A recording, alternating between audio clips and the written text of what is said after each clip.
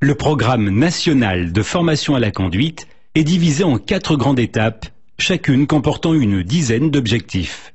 Certains de ces objectifs exigent des connaissances acquises avec l'expérience de la conduite en auto-école. Mais sur la route, la pratique est indissociable de la théorie.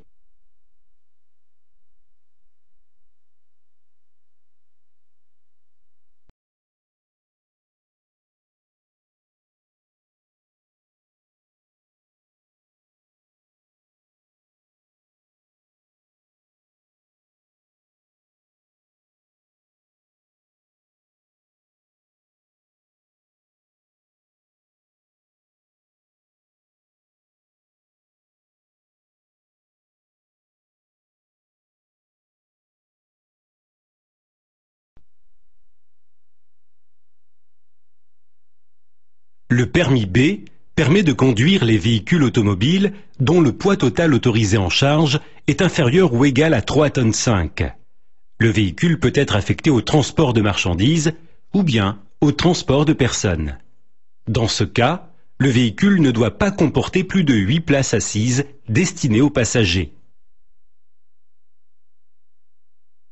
Il est possible de conduire un véhicule tractant une remorque à condition que le poids total autorisé en charge de celle-ci soit inférieur ou égal à 750 kg.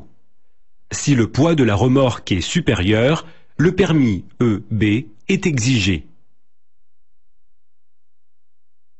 L'épreuve pratique du permis B peut être passée sur un véhicule équipé d'un système d'embrayage automatique, mais le permis délivré sera valable uniquement pour les véhicules munis de ce système. De même, un permis délivré pour un véhicule aménagé de façon à tenir compte du handicap du conducteur n'est valable que pour ce type de véhicule.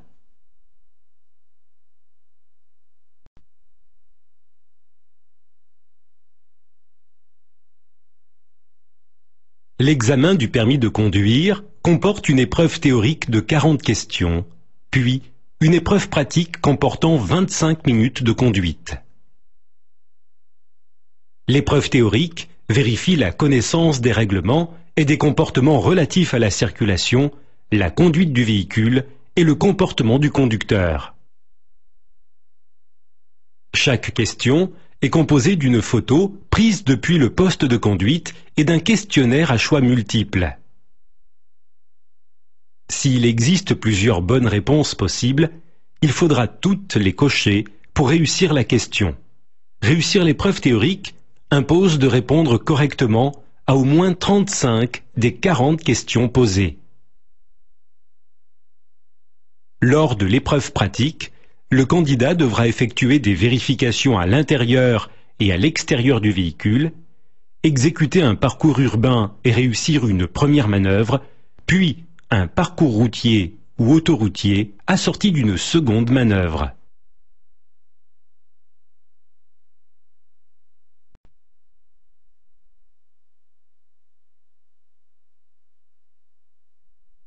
La signalisation guide l'usager sur le réseau routier. Feux, panneaux, balises et marquages au sol doivent être correctement interprétés sur l'instant afin de prendre la bonne décision au bon moment.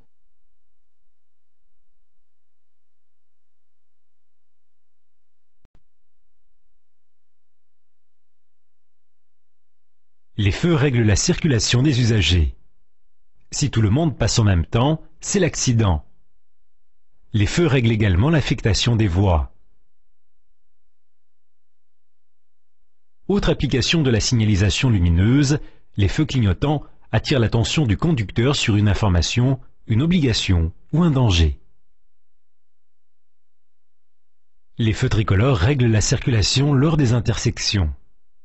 Ces feux sont implantés à droite de la chaussée et parfois répétés à gauche ou au-dessus de la chaussée. Lorsque l'existence d'un feu risque de surprendre les usagers, le feu tricolore est annoncé par ce panneau.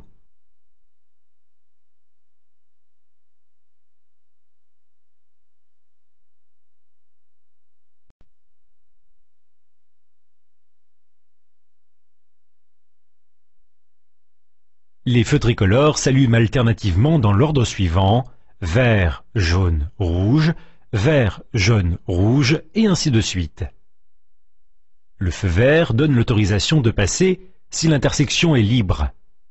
En effet, il est interdit de s'engager dans une intersection si la circulation ne permet pas d'en sortir avant que le feu passe de nouveau au rouge. Le feu jaune ordonne de s'arrêter. Le franchissement du feu est toléré si l'arrêt du véhicule risque de provoquer un accident ou une perte de contrôle du véhicule. Le feu rouge signifie interdiction de passer. Attention, vous devez arrêter le véhicule avant l'aplomb du feu ou le marquage au sol existant. Passage piéton ou ligne d'effet du feu par exemple. Sous un feu tricolore fonctionnant normalement, vous verrez parfois une flèche lumineuse jaune qui s'allume lorsque le feu est au rouge. Cette flèche autorise à circuler en dépit du feu rouge, mais à vitesse réduite et uniquement dans la direction indiquée par la flèche. Attention, cette flèche ne vous donne pas la priorité et il faut céder le passage aux piétons et aux autres usagers. À certains carrefours, sachez que les feux tricolores ne sont pas ronds, mais en forme de flèche. La forme des flèches lumineuses reprend celle des flèches marquées au sol. Vous devez tenir compte du groupe de feux correspondant à la voie sur laquelle vous circulez.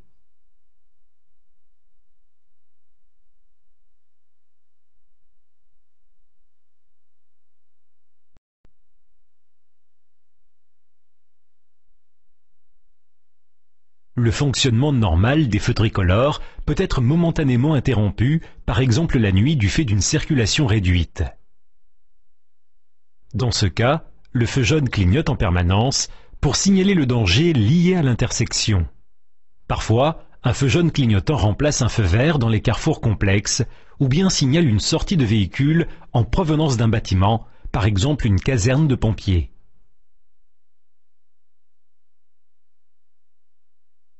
Un feu jaune clignotant donne l'autorisation de circuler à allure réduite si la voie est libre. Vous devez ralentir et franchir l'intersection en tenant compte des panneaux de priorité ou à défaut, appliquer la règle de la priorité à droite.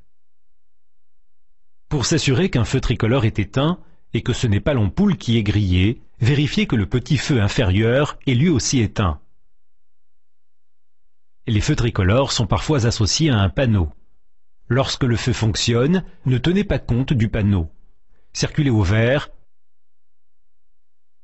et arrêtez-vous au rouge. Si les feux sont éteints, ou bien si le feu jaune clignote, circulez selon les indications du panneau, ou à défaut, appliquez la règle de priorité à droite. Par exemple, il faut ici circuler sans céder le passage aux autres usagers.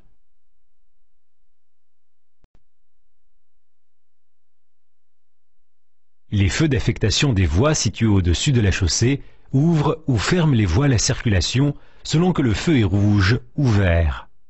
Si le nombre de voies disponibles diminue, les conducteurs sont prévenus par une flèche jaune inclinée vers la droite. Les postes de péage utilisent une croix rouge ou une flèche verte pour signaler les postes ouverts ou fermés. Ils utilisent aussi des feux bicolores. Le feu rouge demande au conducteur de s'arrêter et le feu blanc ou vert autorise le passage. Par ailleurs, certains feux s'adressent uniquement à une catégorie d'usagers, ici les cyclistes.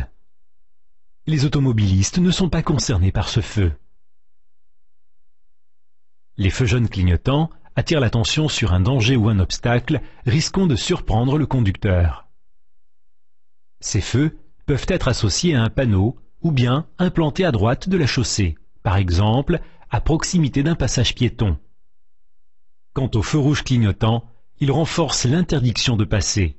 Il faut attendre l'extinction du feu pour repartir. Vous trouverez ce type de feu lors des passages à niveau ou à la traversée d'une aire de danger aérien.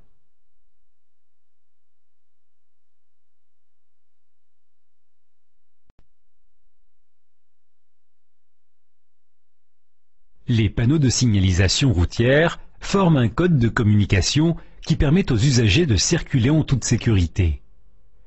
Ce code repose sur 3 fonctions. Avertir en cas de danger, imposer une interdiction ou une obligation, et pour finir, informer ou guider les usagers. Il est très important d'identifier et de comprendre au premier coup d'œil le message indiqué par un panneau.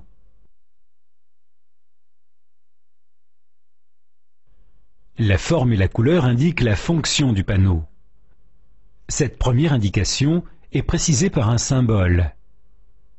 Si nécessaire, un panonceau blanc fixé sous le panneau fournit des indications complémentaires. Par exemple, ce panneau rond donne un ordre. Le cercle rouge est spécifique d'une interdiction. La barre oblique rouge sur fond bleu indique que l'interdiction concerne le stationnement.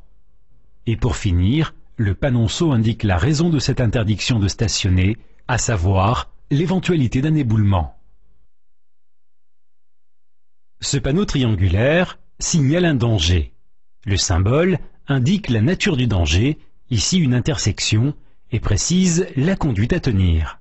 La route principale est prioritaire.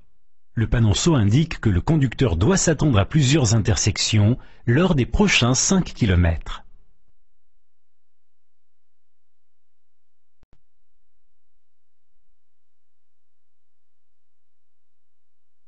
La forme d'un panneau indique sa fonction. Le triangle avertit d'un danger. En agglomération, les panneaux de danger sont généralement placés environ 50 mètres avant le risque signalé. Alors qu'en race campagne, ils sont placés 150 mètres avant le danger potentiel. Par exception, le panneau circulation dans les deux sens est toujours implanté au niveau même du danger. Le rond indique une interdiction ou une obligation qu'il faudra impérativement respecter. Le carré informe les usagers. Il donne des indications utiles concernant la conduite ou l'existence d'installations. Les panneaux relatifs aux installations, par exemple un parking, sont placés à proximité de celle-ci. De même, les panneaux indiquant la position d'un danger signalé auparavant sont placés au niveau du danger. Le rectangle guide l'usager. Un rectangle fléché indique une direction, tandis qu'un rectangle non fléché identifie un lieu ou un bâtiment.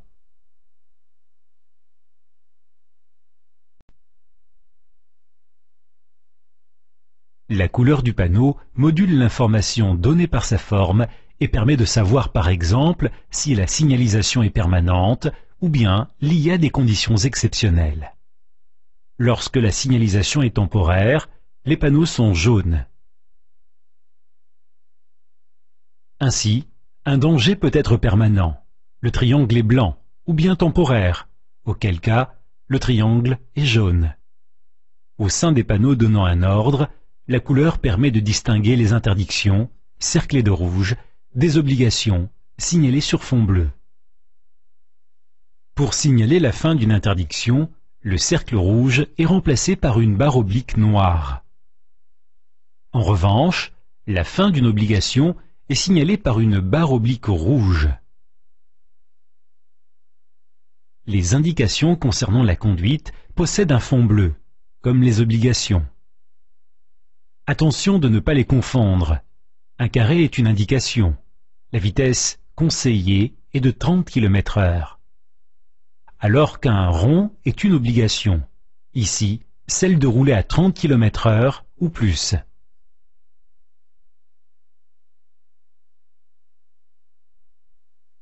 Les panneaux indiquant des installations ne portent pas à confusion car ils sont blancs cerclés de bleu.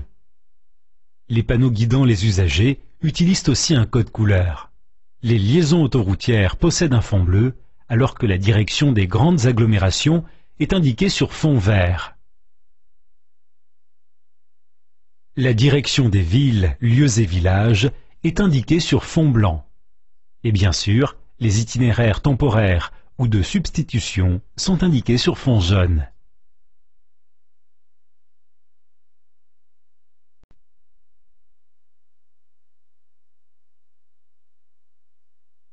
Les symboles précisent le sens du panneau. Ici, la nature du danger et la présence d'enfants.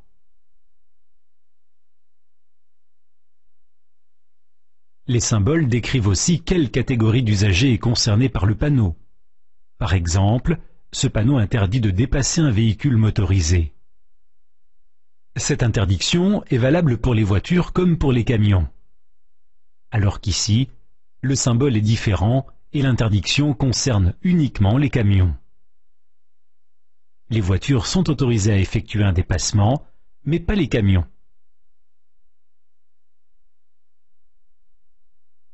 Autre exemple, cette obligation concerne uniquement les tramways.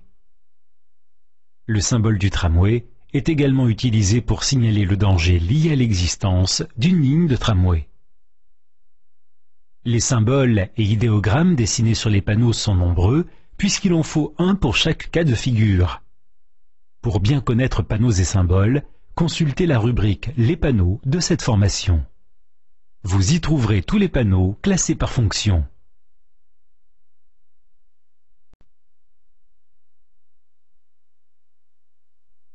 Les panonceaux d'identification désignant une autoroute, une route, un échangeur ou une installation sont toujours placés au-dessus du panneau faisant référence à l'objet désigné. En revanche, les panonceaux dont le fond est blanc et qui sont placés sous le panneau complètent ou modulent l'information donnée. Ce panonceau directionnel indique quelle voie est concernée par le panneau. Les autres voies ne sont pas concernées par cette limitation de vitesse. Les panonceaux de distance indiquent le commencement d'une zone dangereuse ou d'une interdiction. Ils indiquent aussi à quelle distance se situe un aménagement ou un danger. Les panonceaux d'étendue, reconnaissables aux deux flèches verticales, précisent la portée d'une zone dangereuse ou d'une interdiction. Le risque d'éboulement s'étend sur 1000 mètres. Les panonceaux d'indication complètent l'information. La nature du second danger est un tunnel. Quant aux interdictions de stationnement, la flèche vers le haut confirme le début de l'interdiction qui porte ici sur les 20 prochains mètres. Lorsqu'un panonceau est commun à plusieurs panneaux, il est placé sous les panneaux concernés. Les panonceaux de catégorie indiquent à quel type d'usager s'adresse le panneau. Par exemple, cette interdiction concerne tous les véhicules, tandis que celle-ci concerne uniquement les véhicules de transport de marchandises dont le poids total est supérieur à 3,5 tonnes. C'est aussi un panonceau qui signale l'existence d'une dérogation pour certains usagers.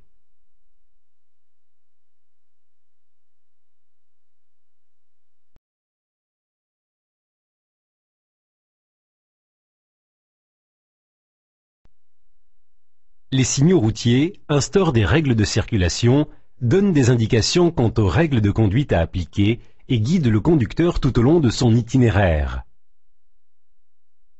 Les signaux relatifs au stationnement ainsi qu'aux intersections et priorités seront abordés dans la section conduite de cette formation. Pour l'instant, nous allons nous concentrer sur les panneaux signalant danger, interdiction, ainsi qu'aux obligations, indications routières et aux panneaux de localisation ou de direction. Les panneaux de danger attirent l'attention de l'usager afin que celui-ci adapte sa vitesse et son comportement au risque signalé. En règle générale, vous devrez ralentir et être aux aguets. Les panneaux d'interdiction rappellent ou modulent les règles générales de circulation en fonction du contexte ou d'un environnement particulier. Les panneaux d'obligation imposent une trajectoire, l'utilisation d'une voie réservée ou un comportement particulier.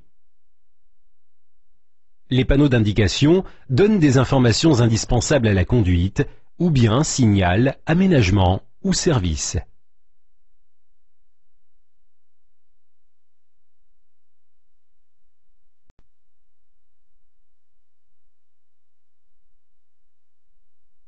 En agglomération, les dangers sont signalés 50 mètres avant le risque potentiel. Hors agglomération, les panneaux sont implantés 150 mètres avant le danger signalé. Lorsque ces distances générales sont incompatibles avec l'environnement, la distance du risque est précisée par un panonceau. Si la zone dangereuse est étendue, cela est également précisé. Les virages importants ou inattendus exigent de ralentir l'allure, qu'il s'agisse d'un virage à gauche ou à droite, ou bien d'une série de virages dont le premier est à droite ou à gauche. Le rétrécissement d'une voie est également un danger potentiel.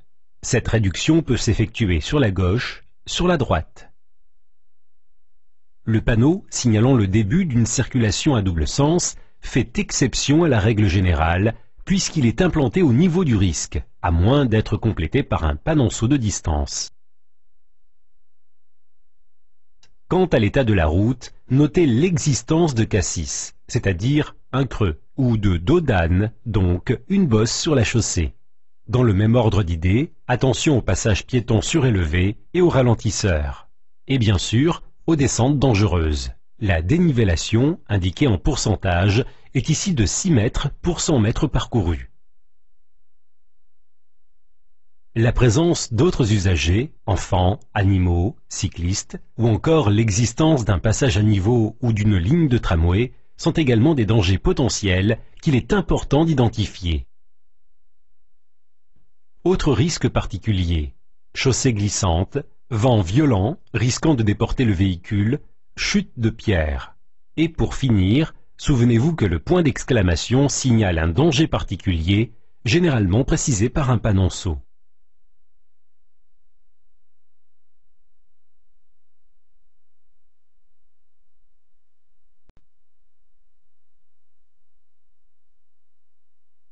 Les panneaux d'interdiction sont placés à l'endroit même où commence l'interdiction.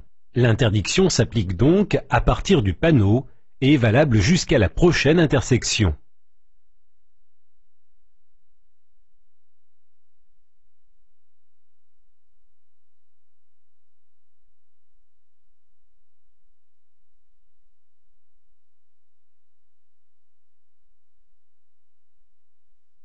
La fin de l'interdiction peut également être dûment signalée par un panneau de fin d'interdiction.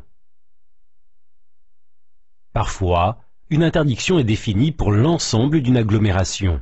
L'interdiction est alors placée juste à côté du panneau signalant l'entrée de la ville.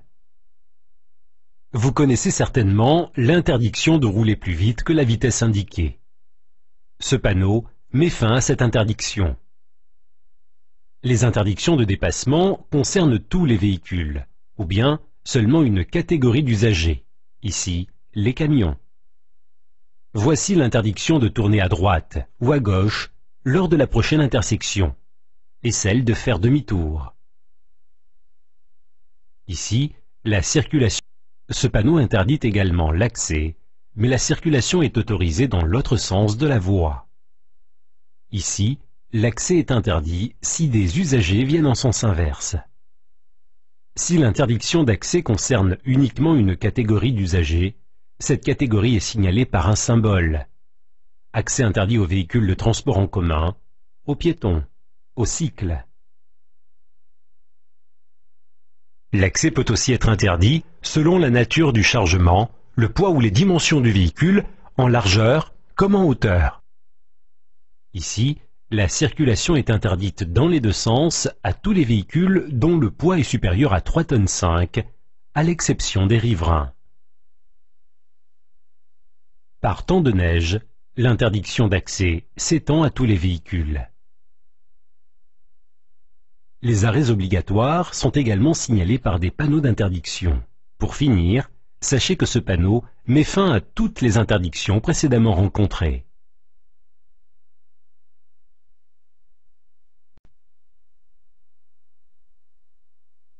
Les panneaux d'obligation sont ronds et possèdent un fond bleu. Ils imposent une trajectoire, l'utilisation d'une voie réservée ou un comportement particulier, par exemple, allumez vos feux. En présence d'une obligation de prendre la direction désignée par la flèche, il faut tourner avant le panneau et non à la prochaine intersection. La flèche inclinée du panneau vous oblige à contourner l'obstacle par la droite. alors qu'ici, il faudra le contourner par la gauche. Les obligations concernant la conduite à tenir lors de la prochaine intersection sont les suivantes. Tout droit, à droite, à gauche, et les combinaisons possibles, tout droit ou à droite, à gauche ou à droite. Tout droit ou à gauche. En ce qui concerne les voies réservées, les véhicules concernés sont désignés en toutes lettres, ou bien par un symbole. Certains panneaux imposent un comportement particulier. Allumez vos feux, mais aussi équipez vos pneus avec des chaînes, ou bien respectez la vitesse minimale obligatoire indiquée. Pour signaler la fin de l'obligation, le panneau est barré de rouge, à moins que la fin de l'obligation ne soit mentionnée en toutes lettres.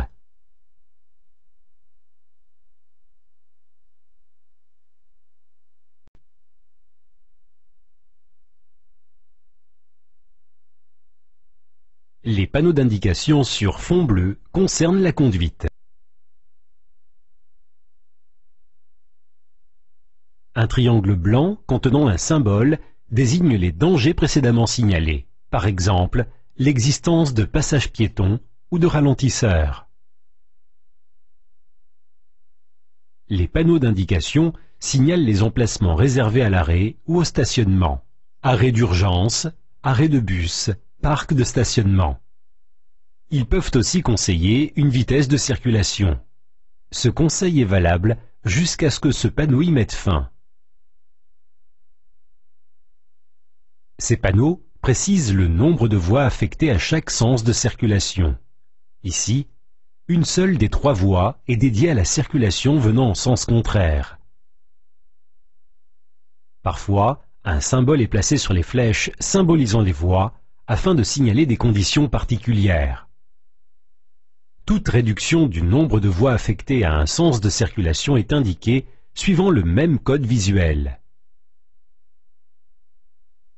Autres indications à connaître, celles qui signalent une chaussée à sens de circulation unique, ou bien la priorité par rapport à la circulation venant en sens inverse. Sans oublier présignalisation et signalisation d'une impasse. Lorsque le fond du panneau est blanc, les indications indiquent la proximité d'un service ou d'un aménagement. Cabine téléphonique, poste de secours.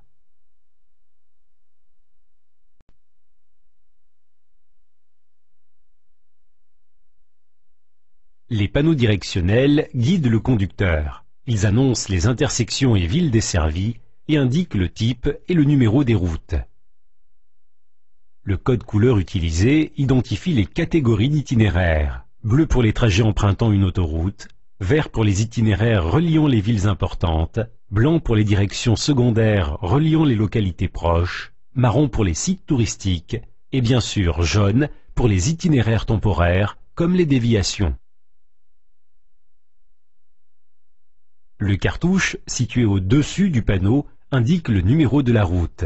Lettres et code couleur varient suivant la catégorie administrative à laquelle elle appartient, européenne, nationale, autoroute, départementale, communale, rurale ou forestière. Ne confondez pas cartouche et encart. L'encart placé dans le panneau désigne la route ou l'autoroute qu'il est possible de rejoindre et non celle sur laquelle vous vous trouvez. Les idéogrammes placés devant la destination donnent des informations complémentaires, embarcadère, aéroport, parking, site touristique.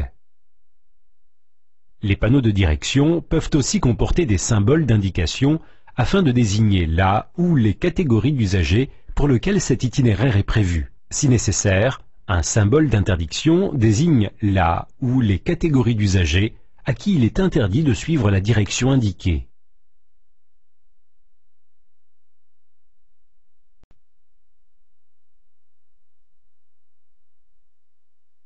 Pour ne pas surprendre le conducteur, les panneaux de présignalisation précisent les directions desservies par la prochaine intersection. C'est ici qu'il faut prendre la bonne décision quant à l'itinéraire. Au niveau de l'intersection, les panneaux de position indiquent la route à suivre. Le conducteur tourne devant le panneau. Après l'intersection, un panneau confirme la direction prise par le conducteur. La présignalisation est complétée par un schéma dans le cas d'un carrefour complexe, à sens giratoire ou avec voie de stockage. Si nécessaire, elle précise les voies affectées à la direction mentionnée. Sur les voies rapides et les autoroutes, un panneau annonce à quelle distance se trouve le prochain échangeur et indique les voies affectées à chaque direction, y compris la sortie. Le conducteur doit se placer sur la voie correspondant à la direction choisie. La signalisation avancée identifie la direction correspondant à la voie retenue. Passé ce point de divergence, le conducteur ne peut plus changer de voie. Après la bifurcation ou la sortie, un panneau confirme la direction prise par le conducteur.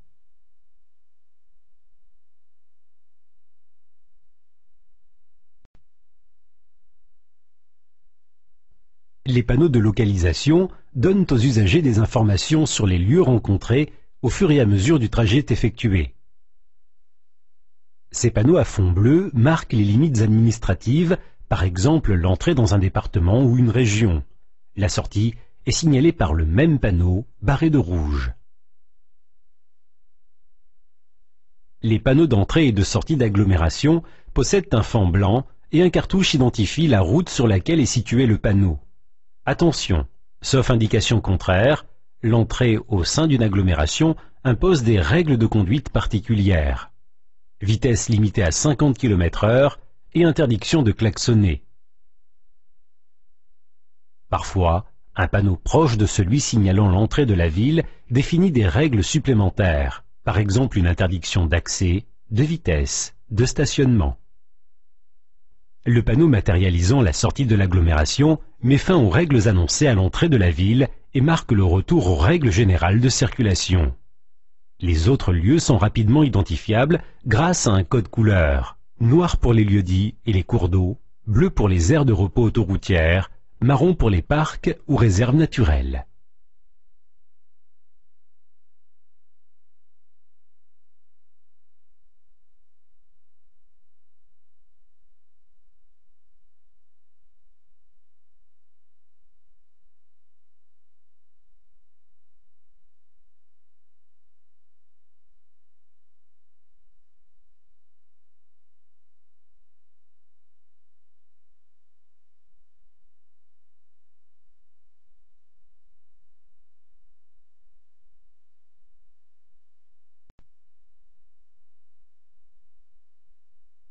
Le marquage au sol matérialise la chaussée et les voies de circulation.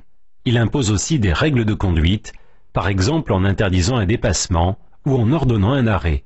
En complément, les balises jouent un rôle très important. Elles renforcent le marquage au sol, jalonnent les virages dangereux, signalent les intersections ou les obstacles. Le marquage au sol permet aussi de se repérer. C'est le rôle des bornes kilométriques et des plaquettes informatives implantées régulièrement sur le bord de la chaussée. Le marquage au sol délimite aussi des espaces réservés, notamment les passages piétons.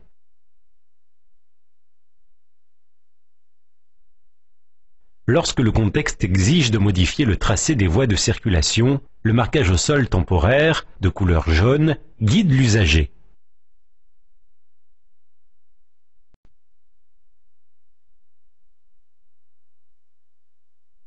On appelle chaussée la partie de la route dédiée à la circulation des véhicules. Les accotements bordant la chaussée sont interdits à la circulation. Les véhicules peuvent cependant s'y arrêter, voire y stationner, sauf si les accotements sont aménagés, par exemple en piste cyclable ou en trottoir. Les limites de la chaussée sont généralement matérialisées par des lignes blanches discontinues appelées lignes de rive. Ces lignes sont constituées d'une succession de traits de 3 mètres, espacés entre eux de 3,50 m.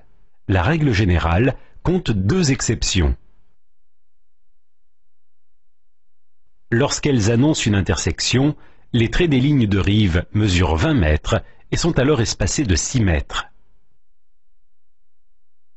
Si la route est à sens unique, la ligne de rive gauche devient continue afin de confirmer le sens unique de circulation. Sur l'autoroute, les lignes de rive sont constituées de traits de 38 mètres espacées de 14 mètres. Ces lignes ne matérialisent pas la frontière entre accotement et chaussée, mais définissent une voie réservée, la bande d'arrêt d'urgence. Cette voie spéciale est interdite à la circulation, sauf s'il s'agit de véhicules de secours ou d'entretien. En revanche, l'arrêt est autorisé en cas de panne ou d'accident.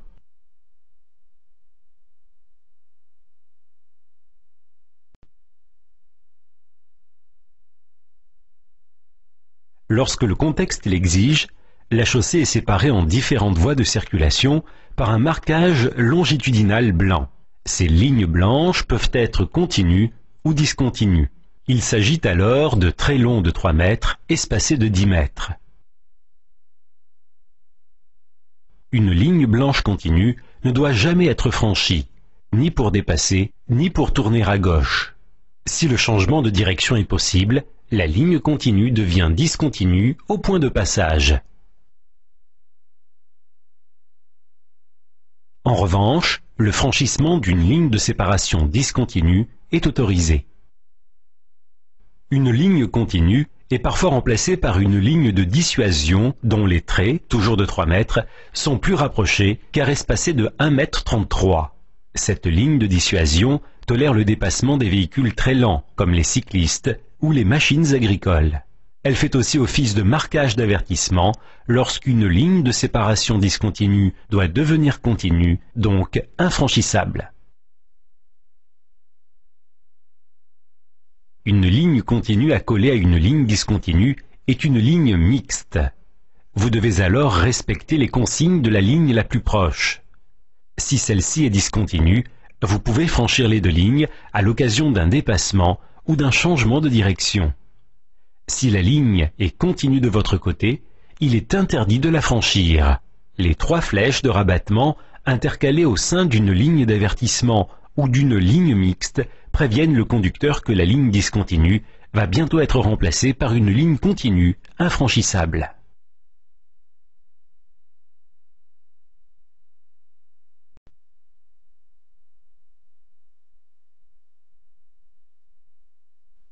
Lorsque le nombre de voies d'une route diminue, des flèches de rabattement incurvées sont dessinées au milieu de la voie amenée à disparaître.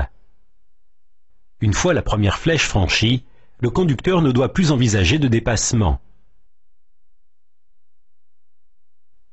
Dessinées au milieu des voies de circulation, les flèches de sélection indiquent la direction affectée à chaque voie. Contrairement aux flèches de rabattement, ces flèches de sélection sont droites ou cassées. Le conducteur doit se placer dans la bonne voie dès la première flèche. Ensuite, il est interdit de changer de voie, même si le marquage longitudinal est discontinu. Les voies spéciales sont délimitées par des lignes continues ou discontinues dont les traits sont plus épais que ceux des lignes de séparation classiques. Par exemple, les voies de stockage dédiées au changement de direction permettent de tourner à gauche ou à droite sans gêner les usagers continuant tout droit. Certaines voies sont réservées aux véhicules lents, aux autobus, aux taxis ou aux cyclistes.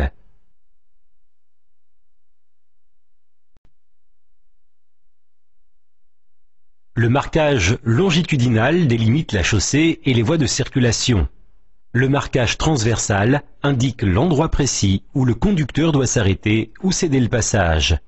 Il indique également à quel endroit de la chaussée les piétons ou les usagers disposant d'une voie réservée doivent traverser.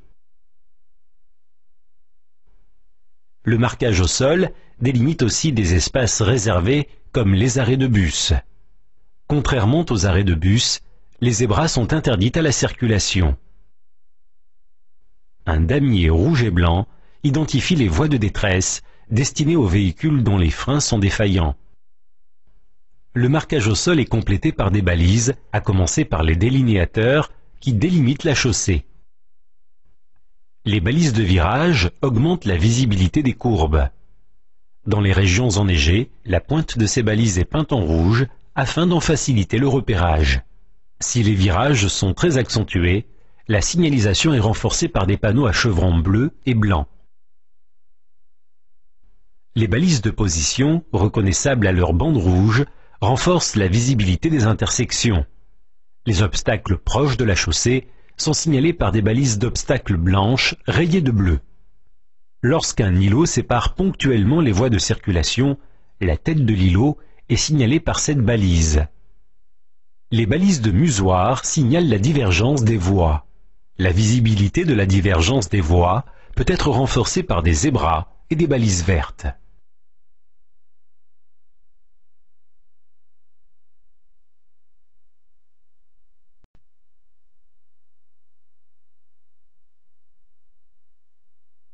Certains obstacles ou dangers sont temporaires, de même que les travaux de réfection ou de modification du réseau routier. Les usagers sont avertis de la gêne ou du danger occasionné par une signalisation spécifique. Les panneaux de couleur jaune signalent les dangers temporaires, qu'ils soient liés à l'activité humaine ou d'origine naturelle. Les obstacles temporaires sont désignés par des balises de position rouge et blanche. Un marquage au sol temporaire, également de couleur jaune, jalonne toute modification de la circulation habituelle. Il faut toujours tenir compte du marquage jaune, même si le marquage initial blanc n'est pas effacé. Il arrive que l'importance d'un obstacle ou des travaux effectués réduise le nombre de voies ou de chaussées ouvertes à la circulation, d'où la mise en place d'une voie temporaire ou d'une circulation alternée. Parfois, l'ampleur des travaux est telle que la route doit être provisoirement fermée et interdite à toute circulation, d'où la mise en place d'un itinéraire de déviation.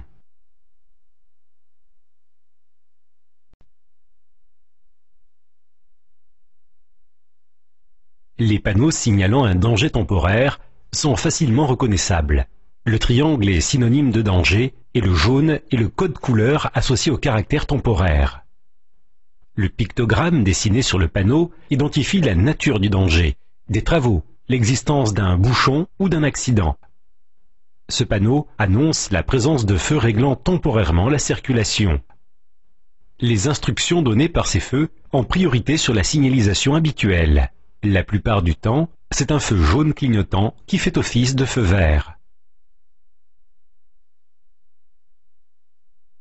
Toute réduction de la chaussée est potentiellement dangereuse.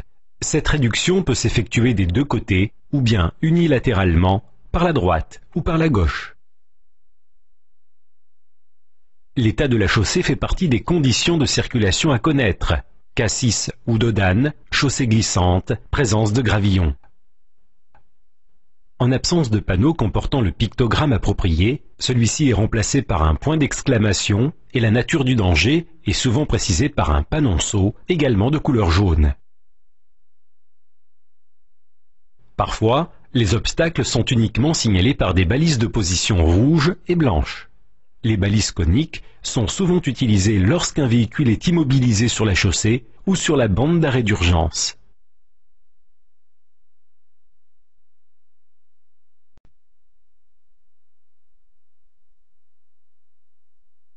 Aménagements et travaux occupent parfois une file de circulation. Il est alors courant de dériver la circulation sur une autre voie ou une autre chaussée s'il s'agit d'une autoroute ou d'une route à chaussée séparée. La signalisation devient alors très présente afin de guider les usagers. Tout d'abord, la suppression de la voie encombrée par les travaux, ici la voie de droite, est annoncée par un premier panneau, éventuellement associé à un panonceau de distance. Ensuite, un second panneau avertit les conducteurs qu'ils vont franchir le terre-plein central pour être dirigés sur une autre chaussée sur laquelle ils disposeront de deux voies temporaires, ou bien d'une seule. Le marquage au sol jaune matérialise la ou les voies temporaires. Cette signalisation est renforcée par des balises de position rouge et blanche, ainsi que par des panneaux d'obligation. Si nécessaire, des balises jaunes renforcent le marquage longitudinal temporaire. Une fois sur la voie temporaire, le conducteur est averti des voies affectées à chaque sens de circulation par ces panneaux. Attention, certaines voies peuvent être interdites à certains usagers. Dans ce cas, une interdiction d'accès est dessinée sur la voie concernée.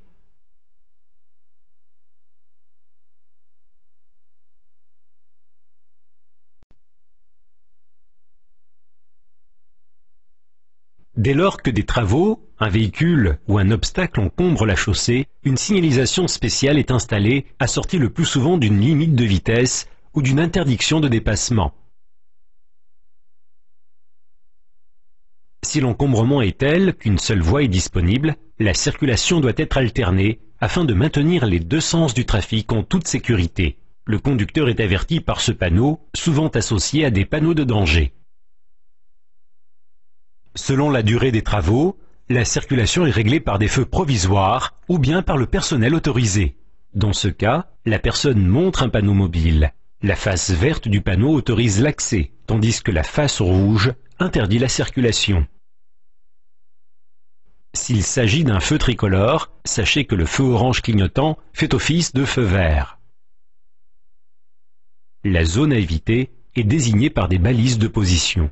L'étendue du chantier est désignée par des barrières de début et de fin de chantier.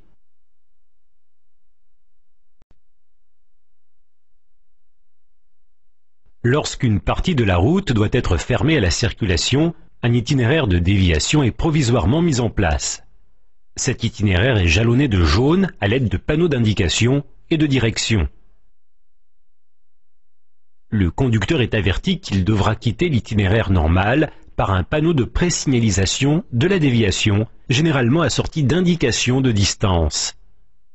Ensuite, un autre panneau annonce l'itinéraire de déviation et indique la ville visée par ce trajet. La bifurcation induite par la déviation est signalée par les balises de position, la plupart du temps assorties de panneaux interdisant l'accès à la route normale. Une fois engagé sur l'itinéraire de déviation, le conducteur est guidé par des panneaux de direction jaune à chaque intersection ou carrefour. Lorsqu'une déviation concerne uniquement certains usagers, des symboles d'interdiction ou d'obligation sont dessinés sur les panneaux de présignalisation ainsi que sur les panneaux directionnels.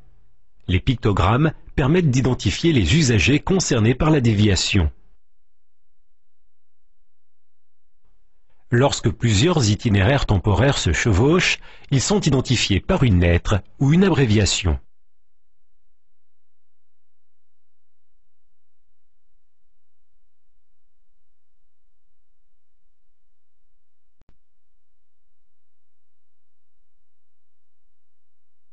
Une fois la signalisation acquise, il faut maîtriser les ordres de passage lors des intersections et apprendre à changer de direction sans gêner les autres usagers.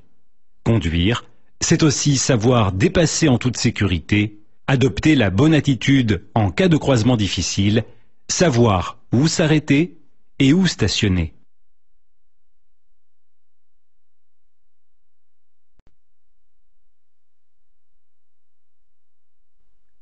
Détecter les intersections à l'avance permet de mieux les aborder.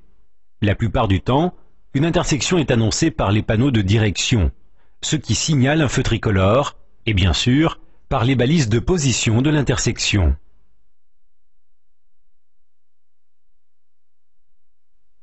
Au niveau de l'intersection, la signalisation, feu tricolore, panneau de priorité, marquage au sol transversal, définit l'ordre de passage des usagers. Mais, signalisation ou pas, il est interdit de s'engager dans une intersection encombrée afin de ne pas se trouver immobilisé au milieu du carrefour, bloquant ainsi la circulation. De même, il est interdit d'être immobilisé sur un passage piéton.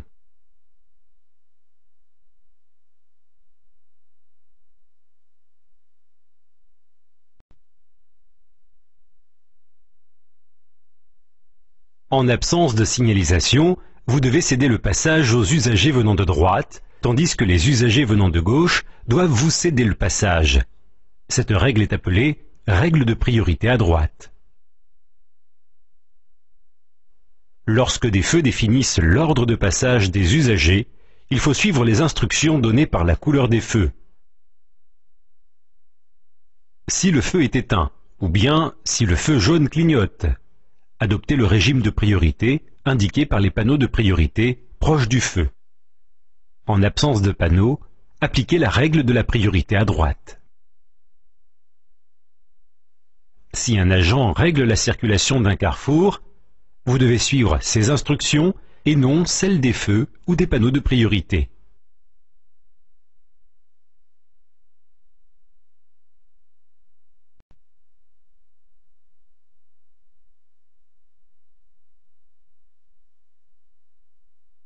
Les panneaux liés au régime de priorité sont très importants, car ils définissent un ordre de passage aux intersections.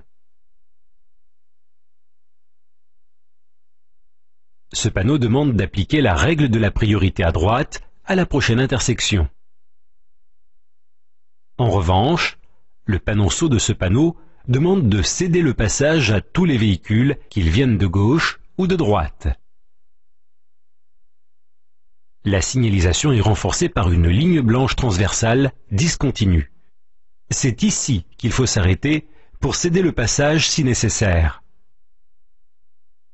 Le panneau stop exige aussi de céder le passage à tous les véhicules, mais en marquant un temps d'arrêt au niveau de la bande blanche dessinée au sol. Souvent, le conducteur est averti de l'existence d'un stop ou d'un céder le passage par ce panneau, associé à un panonceau de distance. La signalisation indique quand laisser le passage, mais elle peut aussi vous donner expressément la priorité.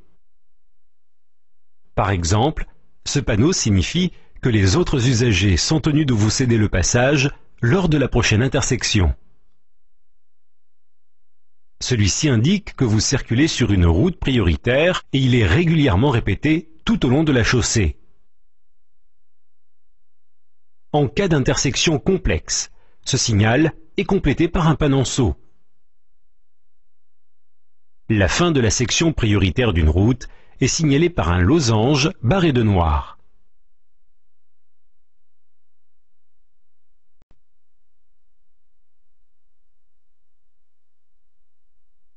Quelle que soit la manœuvre, la règle d'or est d'anticiper. Avant de changer de direction, il faut vérifier que la voie est libre et que la signalisation autorise la manœuvre envisagée. Surveiller la route à la fois devant et derrière soi. Allumez le clignotant concerné pour signaler votre intention de changer de direction. Ralentir en douceur, sans coup de frein brusque, pour ne pas surprendre les usagers qui vous suivent.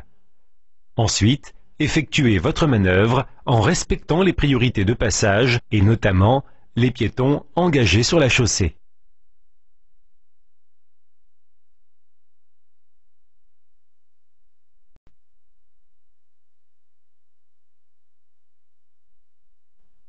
Si la chaussée est divisée en plusieurs voies, ou s'il existe une voie réservée aux usagers tournant à droite, commencez par rejoindre la voie la plus à droite, sans oublier de signaler votre changement de direction. Après avoir vérifié qu'un vélo ou un cyclo n'est pas en train de se faufiler entre votre voiture et le bord du trottoir, tournez en douceur et en serrant le plus possible le bord droit de la chaussée.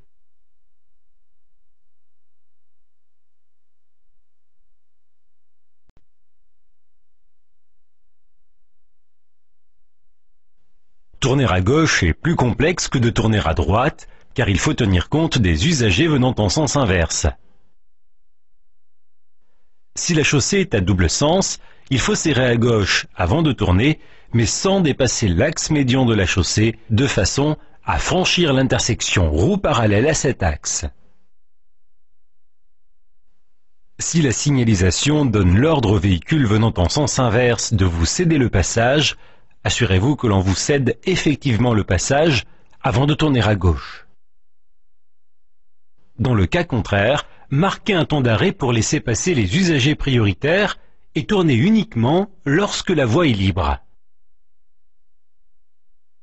Lorsque deux conducteurs venant en sens inverse veulent tous deux tourner à gauche, les deux véhicules doivent se croiser par derrière si l'intersection est un carrefour classique, par devant si l'intersection est un carrefour au milieu duquel une section de voie est dédiée au changement de direction.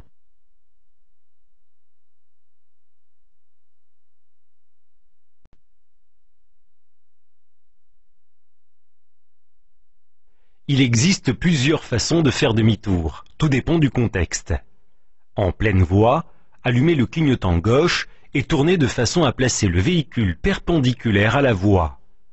Ensuite, allumez le clignotant droit et reculez vers la droite de façon à pouvoir rejoindre la voie correspondant à l'autre sens de circulation. Autre possibilité, effectuer une boucle au milieu du carrefour. Si celui-ci est trop étroit, l'astuce consiste à utiliser une rue transversale.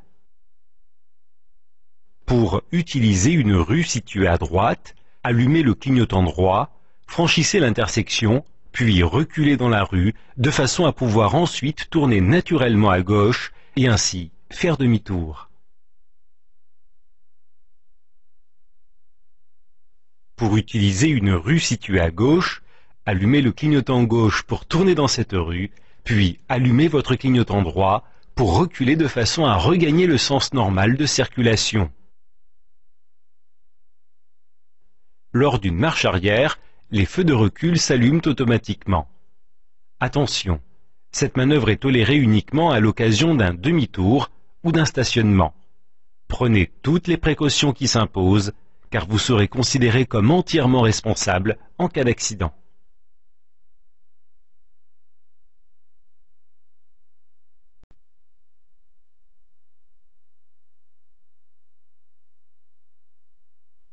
Les carrefours giratoires, communément appelés ronds-points, bénéficient d'une signalisation spécifique. Bien avant le carrefour, un panneau de signalisation annonce les directions desservies. Faites-y attention, car point d'entrée dans le rond-point et trajectoire à suivre dépendent de la direction choisie. Dans le doute, ou bien pour aller à droite ou en face, entrez en visant la voie de droite. Pour aller à gauche ou revenir sur vos pas, visez la voie de gauche. Si les entrées sont assorties d'un cédez le passage, laissez passer les usagers circulant sur l'anneau avant d'y entrer. En absence de signalisation, la règle de la priorité à droite s'applique et ce sont les autres usagers qui doivent vous céder le passage.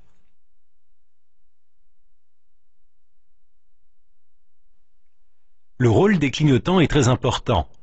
Allumez le clignotant gauche tant que vous circulez sur l'anneau.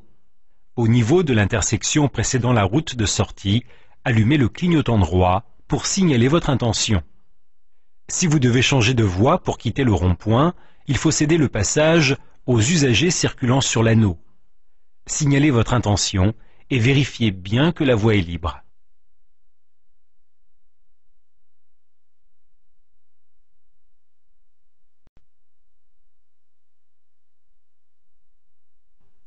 Lors d'un croisement, la conduite à tenir est parfois dictée par la signalisation. En absence de signalisation, voici les règles à appliquer. Si un obstacle vous oblige à empiéter sur la voie réservée aux usagers venant en sens inverse, arrêtez votre véhicule pour leur laisser le passage. Si la route est trop étroite pour deux véhicules, le plus encombrant des deux doit s'arrêter pour laisser le passage à l'autre. Sauf s'il s'agit d'un bus, car en agglomération, tous les conducteurs doivent faciliter la circulation des véhicules de transport en commun.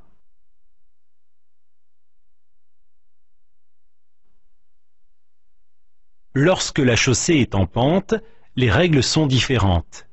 Si l'un des véhicules doit s'arrêter pour faciliter le croisement, c'est toujours le véhicule descendant qui doit stopper le premier.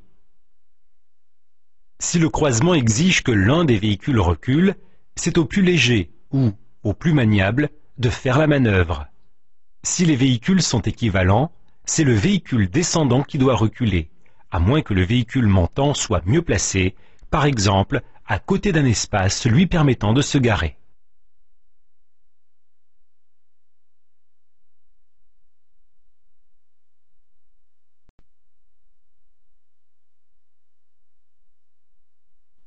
En règle générale, les dépassements s'effectuent par la gauche.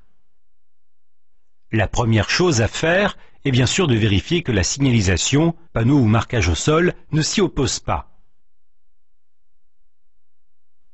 Pour préserver votre sécurité et celle des autres usagers, il faut impérativement disposer d'une visibilité et d'un espace suffisant vers l'avant, ne gêner aucun usager, qu'il vienne en sens inverse ou bien de l'arrière.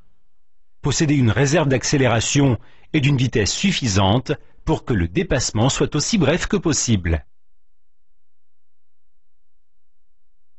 Dès que votre décision est prise, allumez le clignotant gauche. Avant de déboîter, vérifiez que vous ne gênez personne en regardant à gauche ainsi que dans les rétroviseurs. Lorsque le véhicule dépassé apparaît dans le rétroviseur intérieur, rabattez-vous progressivement devant lui sans ralentir.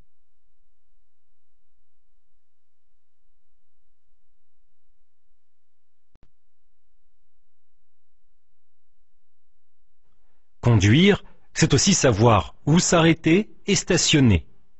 Un véhicule à l'arrêt est un véhicule provisoirement immobilisé sur la chaussée ou l'accotement, le temps de débarquer ou d'embarquer passagers ou marchandises. Le conducteur est alors au volant ou à proximité immédiate du véhicule pour le déplacer rapidement. Un véhicule immobilisé sur la route, qui n'est pas à l'arrêt, est un véhicule en stationnement. Il est interdit de s'arrêter ou stationner dans les zones de danger, intersections, virages, sommet d'une côte, passage à niveau. Idem sur la chaussée si les conditions de visibilité et d'éclairement sont insuffisantes. Vous ne devez pas non plus gêner les autres usagers. Trottoirs, passages, emplacements et voies réservées sont interdits à l'arrêt comme au stationnement. De même que les ponts, les tunnels et les voies délimitées par une ligne continue interdisant le dépassement du véhicule immobilisé. Si le contexte l'exige, l'interdiction d'arrêt et de stationnement, qui concerne à la fois chaussée et accotement, est signalée par ce panneau. Cette interdiction s'applique du côté du panneau, à partir de celui-ci, et jusqu'à la prochaine intersection.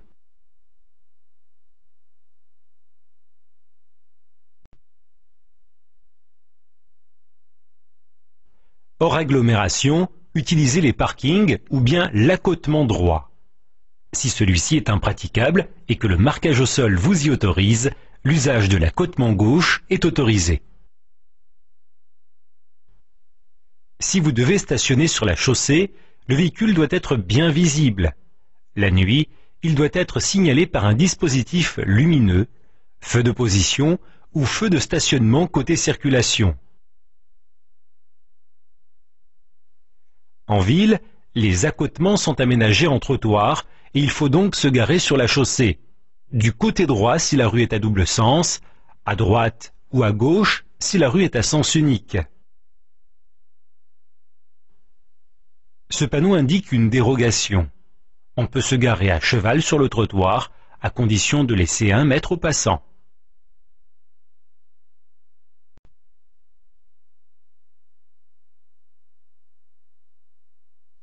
Les interdictions de stationner s'appliquent du côté du panneau, à partir de celui-ci et jusqu'à la prochaine intersection. Parfois, un panonceau précise l'étendue et la portée de l'interdiction. Ce panneau marque l'entrée dans une zone de stationnement réglementée.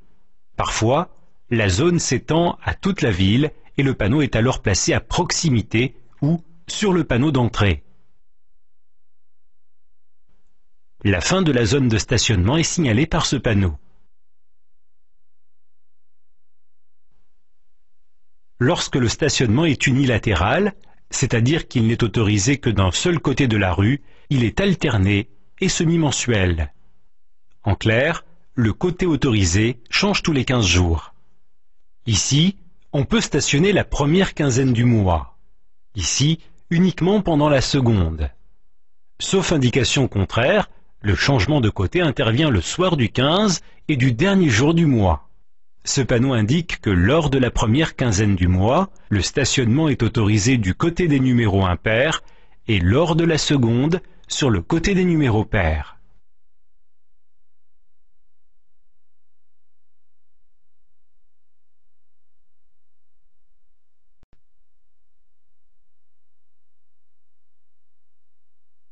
Maîtriser la conduite, c'est adapter sa vitesse aux conditions réelles de circulation tout en maintenant une distance de sécurité suffisante avec le véhicule qui précède.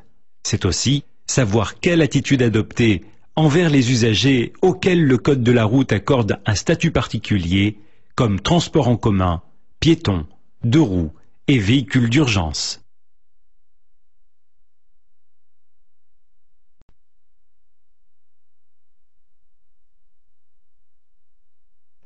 En agglomération, la vitesse est limitée à 50 km/h.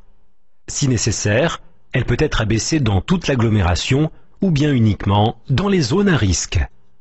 Ponctuellement, la vitesse maximale autorisée est parfois élevée à 70 km/h, par exemple sur une rocade ou une rue sans habitation. Hors agglomération, la vitesse maximale autorisée est de 90 km/h sur les routes ordinaires. Sur les routes à chaussées séparées et sur les autoroutes en milieu urbain, la vitesse maximale est de 110 km/h. Sur les autoroutes classiques, la vitesse limite est de 130 km/h. Mais attention, les vitesses maximales autorisées sont plus faibles en cas d'intempéries et limitées à 50 km/h si la visibilité est inférieure à 50 mètres. La vitesse maximale est également abaissée pour les conducteurs en période probatoire ou pratiquant la conduite accompagnée.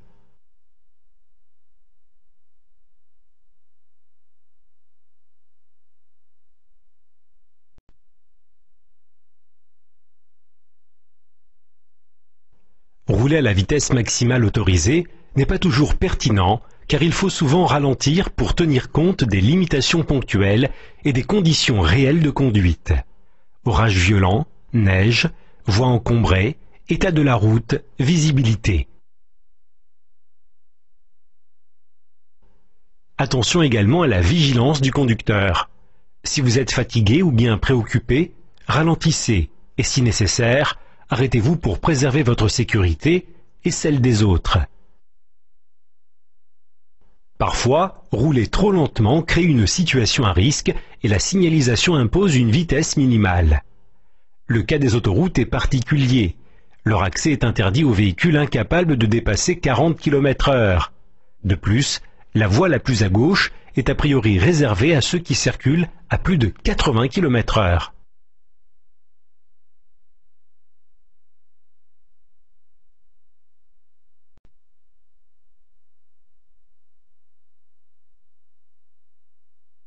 Il y a toujours un décalage entre un événement imprévu et la réponse du conducteur. Le cerveau identifie le risque, analyse la situation, décide d'une action et en donne l'ordre aux muscles. Les muscles répondent, et c'est seulement ici que le conducteur agit. Ce décalage est appelé temps de réaction. En général, il est de 1 seconde. Pendant cette seconde, le véhicule continue d'avancer sur sa trajectoire. À 90 km/h, il parcourt 25 mètres. Et ce n'est pas fini, car le freinage n'est pas instantané. Une fois la pédale enfoncée, la distance de freinage dépend de l'énergie cinétique du véhicule, donc de son poids et de sa vitesse, et bien sûr de son adhérence au sol. Cette adhérence dépend de l'état du véhicule, notamment des pneus, et l'état de la route. À 90 km/h, la distance de freinage est normalement d'une quarantaine de mètres pour une voiture. Si la chaussée est mouillée, la distance de freinage est multipliée par 2, soit 80 mètres.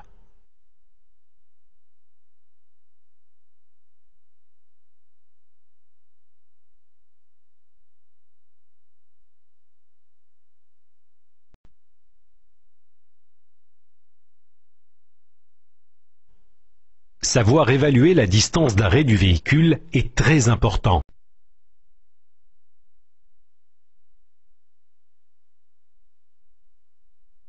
Tout véhicule doit être utilisé dans le cadre réglementaire prévu par la loi. Le conducteur a l'obligation de circuler dans un véhicule en bon état de fonctionnement et de respecter des contraintes relatives aux passagers ou au chargement.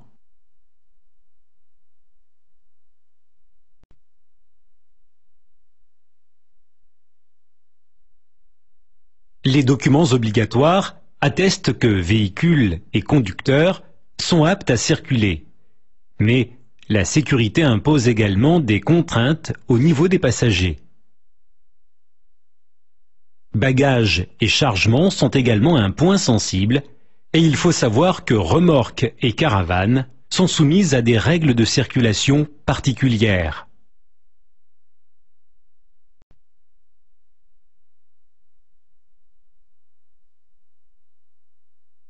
Le conducteur doit être en mesure de présenter plusieurs documents obligatoires.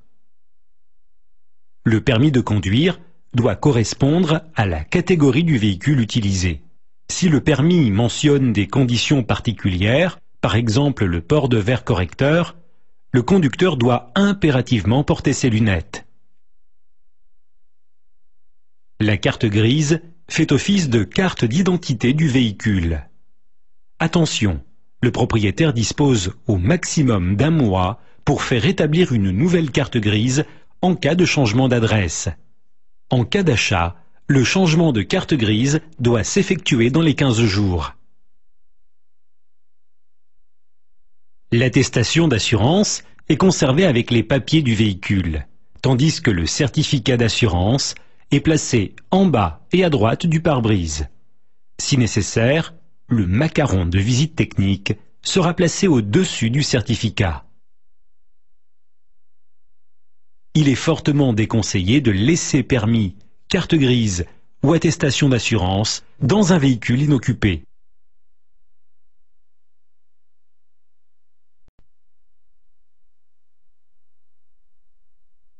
Un chargement mal organisé est un danger potentiel. Rangez vos bagages dans le coffre et ne placez surtout pas d'objets lourds ou volumineux sur la plage arrière. Sous certaines conditions, les objets trop encombrants pour le coffre peuvent être arrimés sur le toit. En ce qui concerne la hauteur du véhicule et son chargement, les seules limitations sont celles imposées par le contexte. Par exemple, des branches basses, un tunnel ou un pont. La largeur maximale est par contre limitée à 2,55 m. Le chargement ne doit en aucun cas dépasser la pointe du capot, ni traîner sur le sol. À l'arrière, le dépassement est autorisé à condition d'être inférieur ou égal à 3 mètres. De plus, tout dépassement supérieur à 1 mètre doit être signalé par un dispositif réfléchissant rouge. De nuit, il faut y ajouter un feu rouge.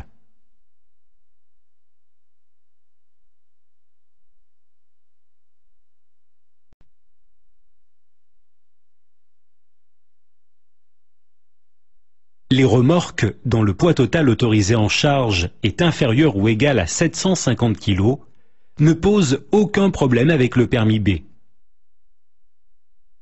Si le PTAC de la remorque est supérieur à 500 kg, la remorque doit posséder sa propre carte grise et donc sa propre plaque d'immatriculation. En dessous de 500 kg, il faut fixer à l'arrière de la remorque une plaque identique à celle du véhicule tracteur. Pour circuler, la remorque doit être équipée d'un système d'éclairage et de signalisation. Un triangle de présignalisation est obligatoire à l'arrière des remorques de plus de 500 kg.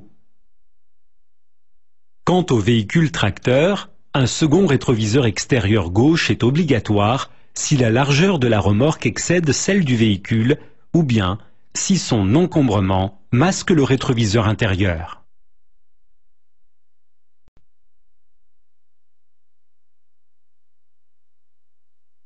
En ce qui concerne les passagers, leur nombre doit impérativement être inférieur ou égal au nombre de places assises indiquées sur la carte grise, ainsi qu'au nombre de passagers assurés.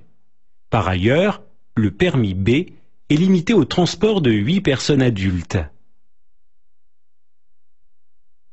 Les enfants de moins de 10 ans comptent pour une demi-personne et doivent être placés dans un dispositif homologué, porte-bébé, siège ou réhausseur, adaptés à leur taille et à leur poids. En règle générale, placez les enfants à l'arrière et lorsque cela est possible, orientez les sièges bébés dos vers l'avant du véhicule.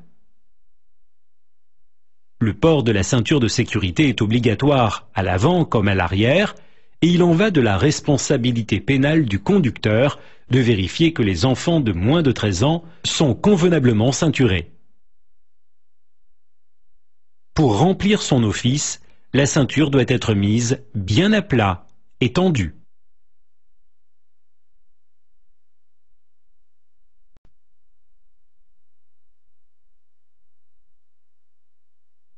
Le conducteur doit contrôler les fonctions du véhicule et trouver rapidement la commande adéquate sans quitter la route des yeux.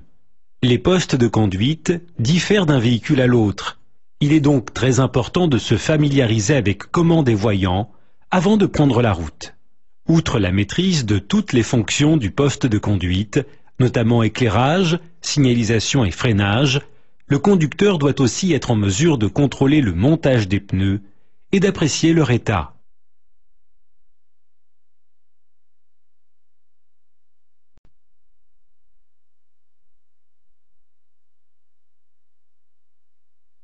Le tableau de bord est conçu de façon à placer toutes les commandes du véhicule à portée de main. Les commandes sont identifiées par des pictogrammes: klaxon, essuie-glace, ventilation. L'écran du tableau de bord permet de contrôler le fonctionnement du véhicule grâce aux voyants, également identifiés par des pictogrammes. Les voyants rouges s'allument en cas de problème urgent. Niveau du liquide de frein, pression d'huile, température, charge de la batterie. Si l'un de ces voyants s'allume, il faut s'arrêter pour régler le problème signalé. Les voyants jaunes rappellent au conducteur qu'une fonction est en service, par exemple le starter ou le dégivrage de la lunette arrière. Les voyants verts ou bleus signalent les feux allumés: feu de position, feu de croisement, feu de route, feu de brouillard avant et clignotant.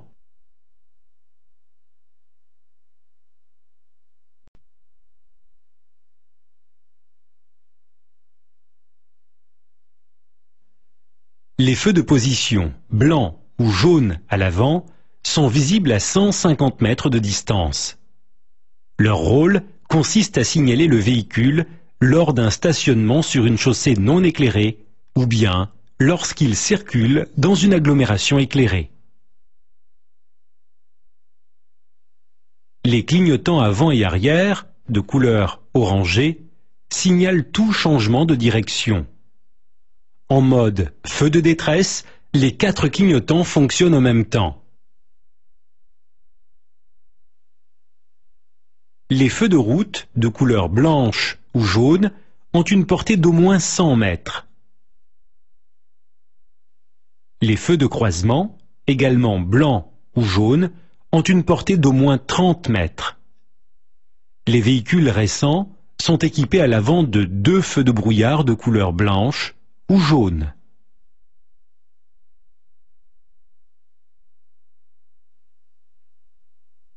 À l'arrière, les 2 feux de position sont rouges.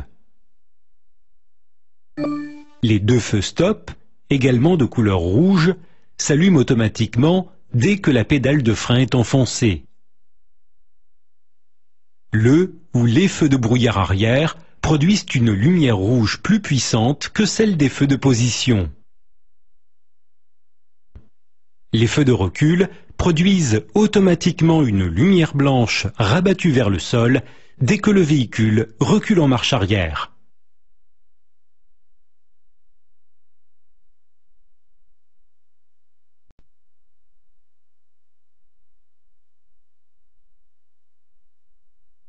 Il existe différents types de pneus et tous ne réagissent pas de la même manière.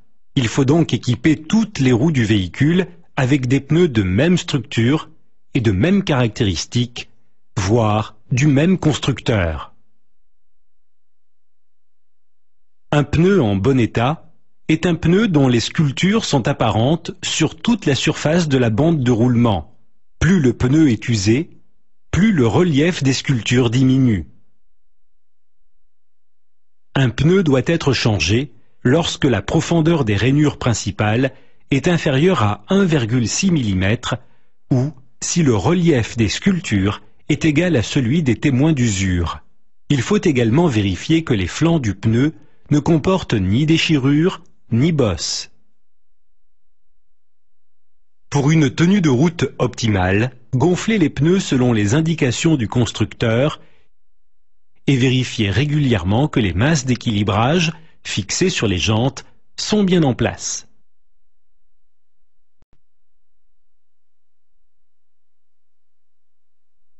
Le frein principal se commande à l'aide du pied droit. Appuyer sur la pédale augmente la pression du liquide de frein dans le circuit de freinage, ce qui permet d'activer le frein de chacune des roues. Le verrouillage du frein de parquage ou frein à main maintient le véhicule à l'arrêt.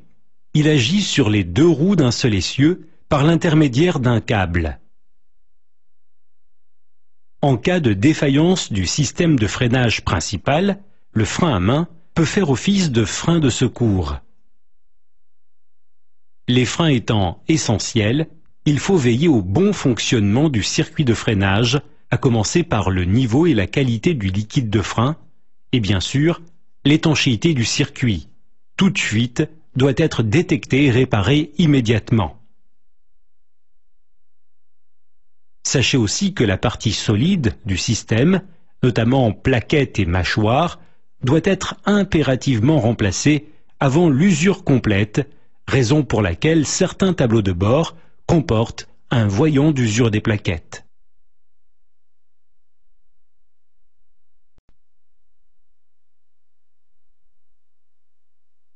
Les vérifications d'entretien courant s'imposent tous les mois ou tous les 2000 km.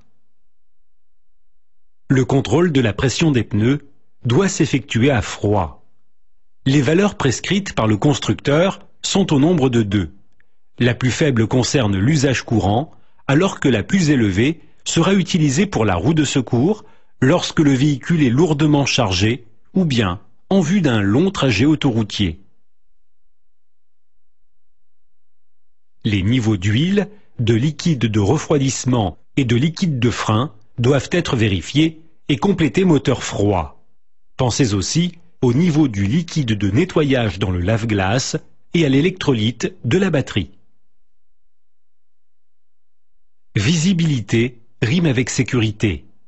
Nettoyez régulièrement pare-brise, rétroviseur et lunettes arrière, ainsi que les verres des phares et les balais d'essuie-glace.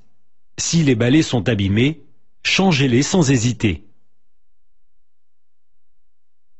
Dernier conseil, testez régulièrement l'éclairage et conservez toujours une boîte d'ampoules et de fusibles de rechange dans le véhicule.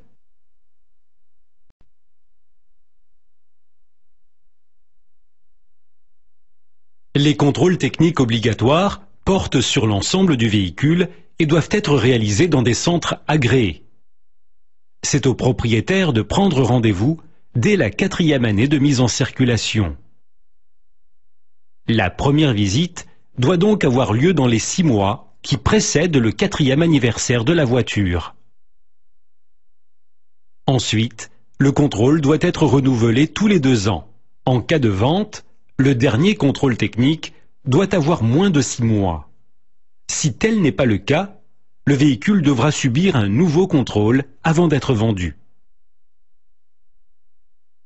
Si le contrôle technique est satisfaisant, le contrôleur colle un macaron sur le pare-brise et appose sur la carte grise un cachet indiquant la date de la prochaine visite.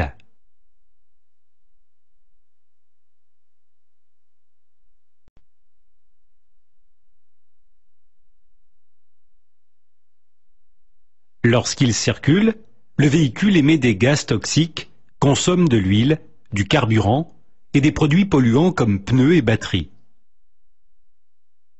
Les nuisances sonores sont liées au dysfonctionnement du véhicule, notamment les pots d'échappement défaillants, à l'accélération ou au freinage. Un moteur mal réglé produit un niveau élevé de gaz toxiques, raison pour laquelle les forces de l'ordre peuvent à tout moment contrôler les gaz émis par l'échappement du véhicule. Si vous effectuez vous-même vos vidanges, gardez à l'esprit qu'un litre d'huile suffit à polluer un petit lac ou à empoisonner une nappe d'eau potable. Pour respecter l'environnement, jetez huile et filtre dans un conteneur de décharge spécialisé. La façon de conduire est aussi très importante. Une conduite économique diminue considérablement la consommation de carburant et la pollution ambiante.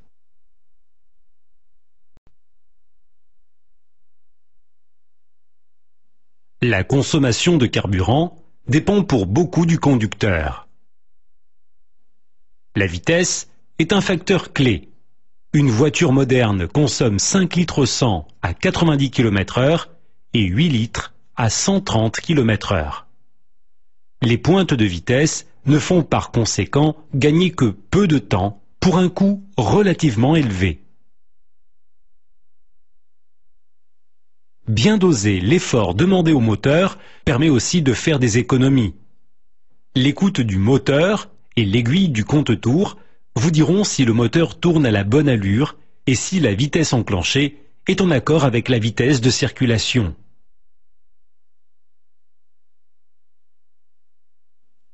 Par ailleurs, chaque action brusque sur les freins ou l'accélérateur est synonyme de gaspillage. Conduire de façon économique consiste donc aussi à anticiper et pour cela maintenir la distance de sécurité nécessaire avec le véhicule qui précède.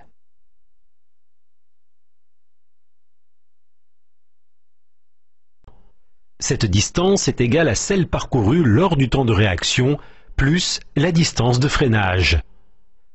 Voici un moyen rapide de calculer votre distance d'arrêt en fonction de la vitesse et des conditions climatiques. Sur sol sec, multipliez le chiffre des dizaines de la vitesse par lui-même, soit 25 mètres à 50 km/h. En cas de pluie, multipliez la distance d'arrêt sur sol sec par 1,5, soit 38 mètres, toujours pour une vitesse de 50 km/h. Autre notion importante, la distance de sécurité. Il s'agit de l'intervalle nécessaire pour éviter une collision en cas de ralentissement brusque ou d'arrêt imprévu du véhicule situé devant vous. Cet intervalle correspond à la distance parcourue par le véhicule en 2 secondes. Plus la vitesse est élevée, plus la distance de sécurité à respecter sera grande. 34 mètres à 60 km/h, 50 mètres à 90 km/h et 73 mètres à 130 km/h.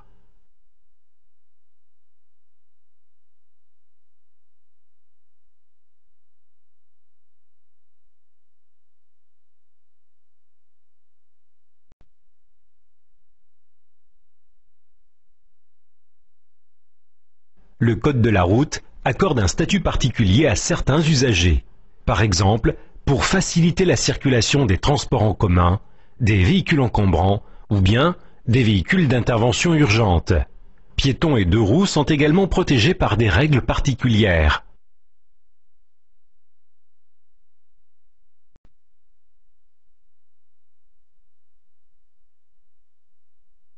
Le code de la route facilite la circulation des transports en commun, car tramway et autobus réduisent le nombre de véhicules circulant.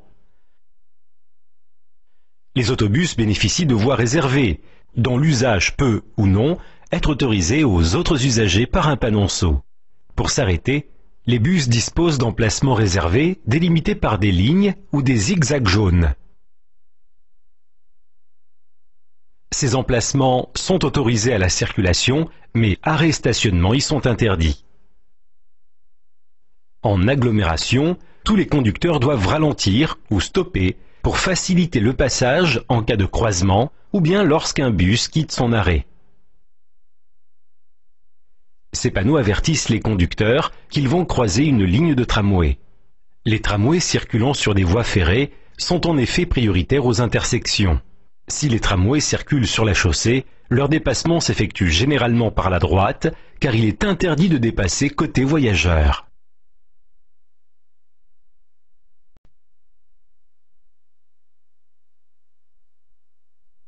Tout conducteur doit faire attention aux piétons, à commencer par les voyageurs montant ou descendant d'un bus ou d'un tramway.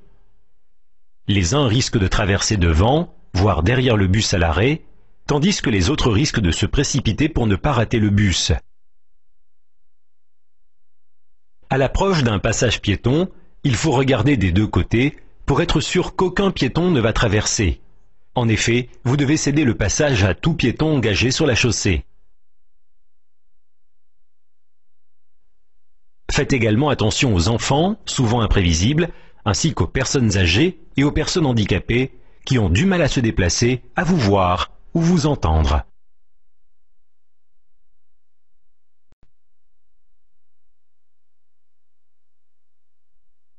Les deux roues étant par nature instables et plus fragiles, il faut leur laisser de l'espace. Lors d'un dépassement, conservez une marge de sécurité minimale de 1 mètre en ville et de 1,50 m en race campagne. De plus, vélos et cyclomoteurs ne sont pas toujours très disciplinés quant au respect de la signalisation et des règles de priorité. L'une de leurs spécialités consiste à se faufiler entre les voitures et à doubler par la droite. Il faut donc faire très attention lorsque vous tournez à droite et vérifier qu'aucun de roues n'est situé entre vous et le trottoir.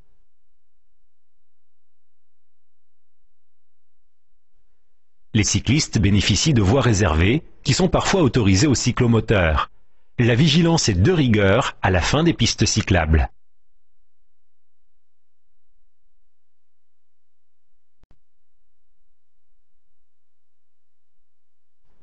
Les véhicules d'entretien ou de nettoyage des voies sont souvent très lents, de même que les engins agricoles.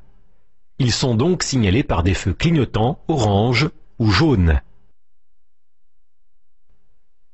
La prudence est de mise lors du croisement ou du dépassement de ce type de véhicule, de façon à protéger les agents de la voirie. Si la route est étroite, les véhicules de plus de 2 mètres de large ou de plus de 7 mètres de long doivent céder le passage aux autres usagers. Les véhicules encombrants réduisent la visibilité des autres usagers et leur longueur, jusqu'à 18 mètres, allonge la durée de dépassement. Autre risque potentiel, les véhicules encombrants sont souvent obligés de se déporter à gauche avant de tourner à droite et occupent généralement toute la chaussée avant de rejoindre la voie normale de circulation. Vous devrez alors ralentir et leur céder le passage.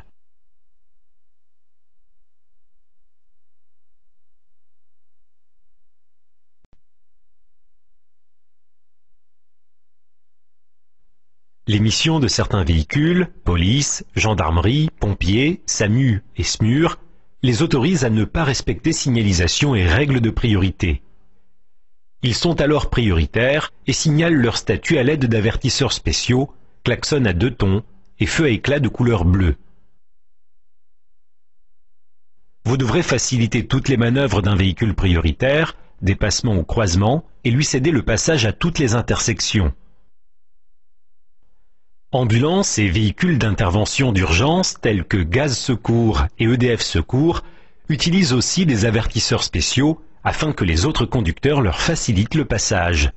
Laissez-les passer, mais sachez qu'ils ne sont pas prioritaires aux intersections.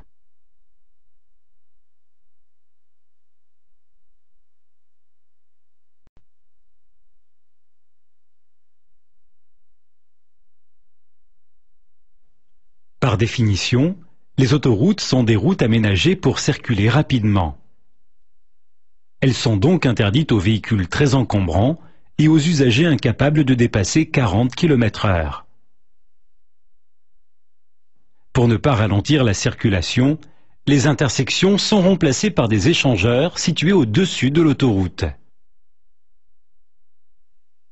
L'autoroute autorise une vitesse élevée. Mais attention, la vitesse est limitée à 130, voire 110 km/h en cas d'intempérie ou si les voies traversent une zone urbaine. La plupart des autoroutes sont payantes et les tarifs appliqués dépendent du nombre de kilomètres parcourus. Le conducteur doit prendre un ticket au péage d'entrée, puis acquitter un droit de passage au péage suivant. Sur l'autoroute, stationnement et arrêt sont strictement interdits. En cas de force majeure, il faut utiliser la bande d'arrêt d'urgence, délimitée par des traits de 38 mètres espacé de 14 mètres. Pour vous détendre et vérifier l'état de votre véhicule, utilisez les aires de repos.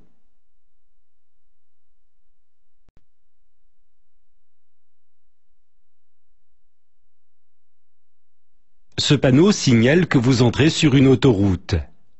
Celui-ci signale la fin de l'autoroute et le retour aux règles de circulation générale. Chaque sens de circulation occupe une chaussée séparée. Chaque chaussée est elle-même séparée en plusieurs voies. En règle générale, là où les voies de droite sont réservées à la circulation, tandis que là où les voies de gauche sont dédiées au dépassement. Il est interdit de circuler sur la bande d'arrêt d'urgence. Les voies d'accélération permettent aux conducteurs d'accéder à l'autoroute. Mais attention, les usagers entrants doivent céder le passage à ceux qui circulent sur la voie de droite. Pour rejoindre cette voie, allumez le clignotant gauche et prenez votre élan tout en contrôlant les rétroviseurs. Changez de voie uniquement lorsque la voie est libre. Pour accéder aux échangeurs, aux aires de repos ou sortir de l'autoroute, il faut se placer suffisamment tôt sur la voie de décélération prévue à cet effet, afin de ralentir sans gêner les autres usagers.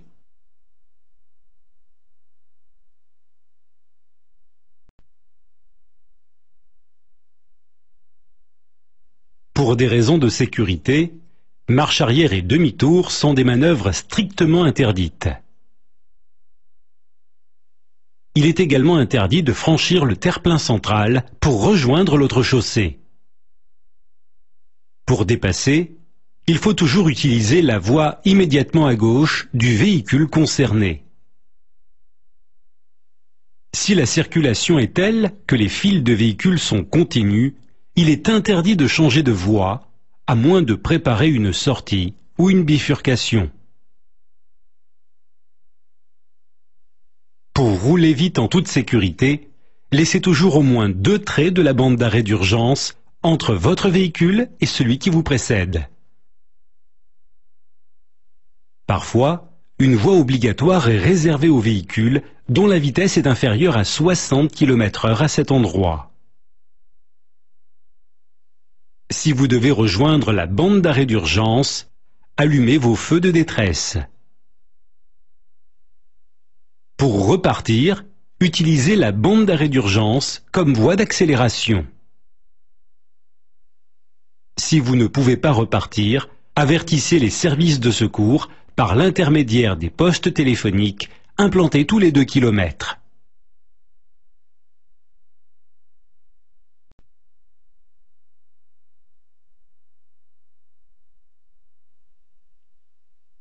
Sur la route, il est essentiel de voir et d'être vu.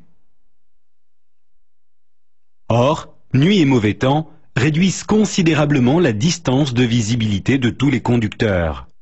Allumer les phares augmente la visibilité, mais n'oubliez pas de rouler moins vite.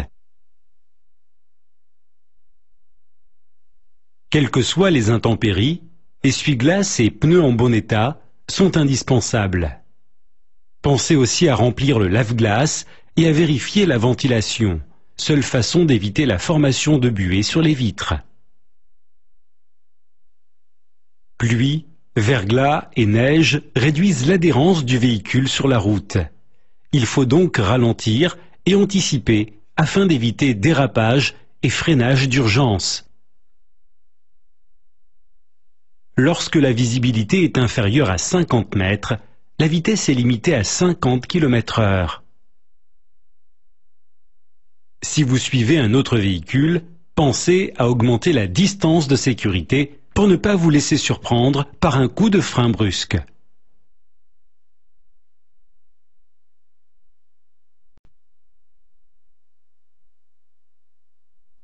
Les feux de position servent à être vus par les autres usagers. Allumez-les dès que la visibilité est réduite, le soir, au lever du jour, ou bien en cas d'intempérie. De nuit, il faut utiliser les feux de croisement et, si nécessaire, les feux de route afin de voir plus loin. En cas de forte pluie, brouillard ou chute de neige, les feux de route diminuent la visibilité du fait de la réverbération de la lumière des phares et il faut donc se contenter des feux de croisement, qui peuvent être complétés ou remplacés par les feux avant de brouillard. Les feux arrière servent à être vus, mais attention, leur usage est interdit sous la pluie et par temps clair. Pour mieux voir et ne pas éblouir les autres, vérifiez que feux de croisement et feux de route sont réglés correctement. Si le véhicule est chargé, il faudra modifier leur inclinaison en conséquence. Dernier conseil, assurez-vous d'avoir toujours une boîte d'ampoule de rechange. Il est interdit et dangereux de circuler avec un éclairage défaillant.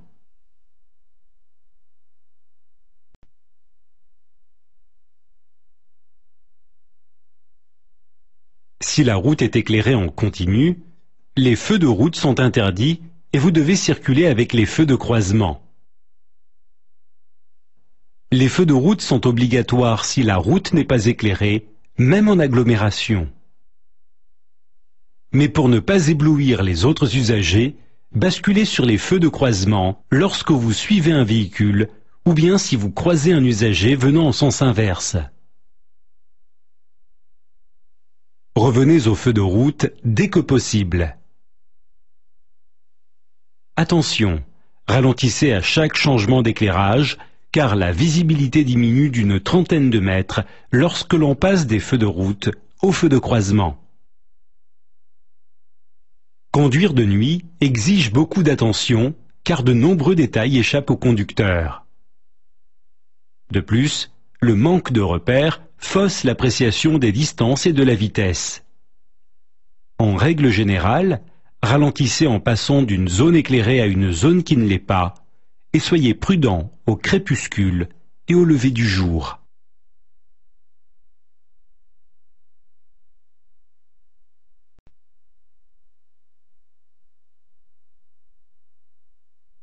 La pluie diminue la visibilité et l'adhérence du véhicule.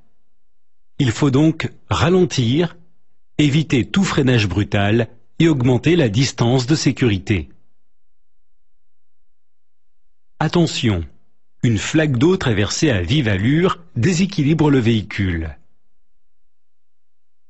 Si une seule des roues pénètre dans la flaque, le déséquilibre provoquera une embardée. Parfois, la pluie est telle qu'il se forme sur la chaussée une couche d'eau d'autant plus dangereuse que la vitesse est élevée et que les pneus sont usés. Au pire, le véhicule glisse sur l'eau. C'est l'aquaplaning. En cas de brouillard, allumez feux de croisement et feux de brouillard. Adaptez votre vitesse à la visibilité et augmentez considérablement la distance de sécurité avec le véhicule qui précède. Le verglas équivaut à une adhérence quasi nulle. Roulez au pas et agissez avec la plus grande douceur sur volant et pédales. Les pneus cloutés améliorent l'adhérence à condition d'en équiper 2 roues motrices. Autre solution, les pneus thermogomme, sans clous, donc sans restriction d'utilisation. Sur une chaussée enneigée, la souplesse est de mise. Le passage des véhicules tend à créer des ornières qui compliquent dépassements et changements de direction. Parfois, l'enneigement est tel que la signalisation impose d'équiper les pneus d'au moins 2 roues motrices avec des chaînes à neige. Si le contexte le permet, les chaînes peuvent être remplacées par des pneus spéciaux appelés pneus neige.